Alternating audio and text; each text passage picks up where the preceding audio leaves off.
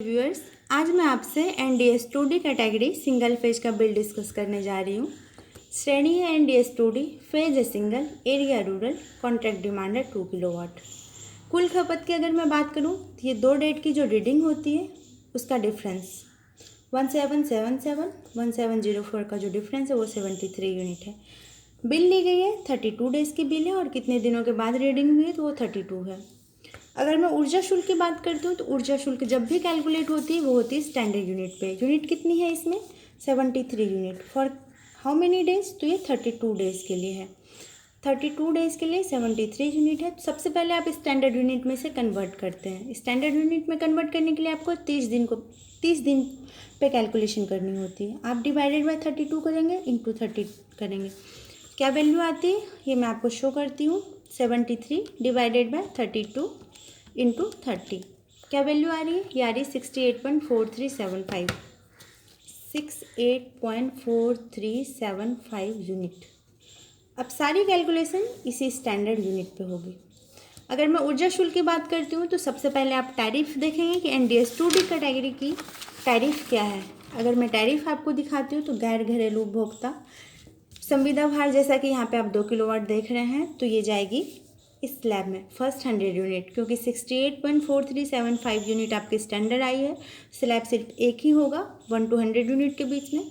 Fix charge 180 रुपये, 6 रुपये 30 पैसे ऊर्जा शुल्क है और राज्य सरकार आपको अनुदान देती है 0 रुपये 53 पैसे। तो आपका कैलकुलेशन जाएगा 6 रुपीज़ 30 पैसे। टोटल यूनिट आपकी इतनी है 6 रुपये 30 पैसे। अगर पर यूनिट आपको ऊर्जा शुल्क लगती है तो 68.4375 के लिए कितनी लगेगी, तो आप इसको मल्टीप्लाई कर लेंगे 6.30 से। कितनी आ रही है वैल्यू 431.15625 431.15625। ये कितने दिनों के लिए हमने कैलकुलेट किया था, ये किया था हमने 30 डेज़ के लिए। क्यों, क्योंकि ये स्टैंडर्ड माना था हमने। आपकी बिल कितने दिनों की है 32 डेज़ की। तो आप क्या करेंगे, डिवाइडेड बाय 30 करेंगे, इंटू 32 करेंगे, क्या वैल्यू आती है मैं आपको शो करती हूँ। डिवाइडेड बाय आप 30 करेंगे, इंटू 32, वैल्यू आ रही है 459.9। ये क्या है, ये ऊर्जा शुल्क आ रही है। तो आप देखेंगे यहाँ पे 459.9 है ऊर्जा शुल्क। फिक्स चार्ज की बात करूं, जैसा मैंने टैरिफ में दिखाया था आपको 180 रुपये है पर किलोवाट। कितने किलोवाट का कनेक्शन है, तो 2 किलोवाट का कनेक्शन है। 180 को मल्टीप्लाई करेंगे आप 2 से, 360 आती है। कितने दिनों के लिए, 30 दिनों के लिए। बिल कितने दिनों की है 32 डेज़ की है, तो 360 रुपये आ रही है आपकी 30 डेज़ के लिए। तो 1 डे के लिए इतनी आएगी। बिल है 32 डेज़ की, तो कितनी आएगी 384। तो आपकी आ रही है 384। विद्युत कर की अगर मैं बात करूं तो ये लगती है आपको ऊर्जा शुल्क पे 6%। ऊर्जा शुल्क कितनी है 459.9। 6% आप निकालेंगे, इसका कितनी वैल्यू आ रही है, ये आ रही है 27.59 27.59। राज्य सरकार का अनुदान बिल्कुल आप वैसे ही कैलकुलेट करेंगे जैसे आपने ऊर्जा शुल्क का कैलकुलेशन किया है। स्टैंडर्ड यूनिट पे करेंगे। राज्य सरकार अनुदान आपको कितना दे रही है 0 रुपये 53 पैसे for NDS 2D category consumer के लिए। टोटल यूनिट कितनी है 68.4375 राज्य सरकार आपको कितना दे रही है 0 रुपये 53 पैसे 0.53। टोटल कितना दिया आपको 36.2718।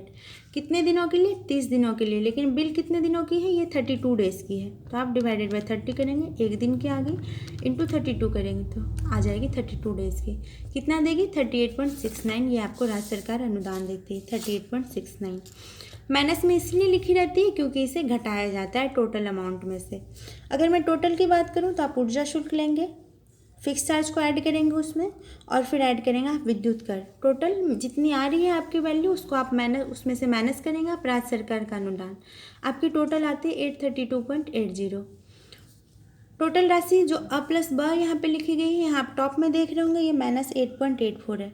ऊर्जा बकाया जब आप पेमेंट करते हैं और अगर आप एक्स्ट्रा पेमेंट कर देते हैं तो आपके नेक्स्ट बिल में वो अमाउंट जो एक्स्ट्रा अमाउंट होती है वो निगेटिव साइन के साथ शो करता है और टोटल जो आपकी वैल्यू आती है उसमें से एक्स्ट्रा पेमेंट को माइनस कर लिया जाता है। जो वैल्यू आती है वो ये है।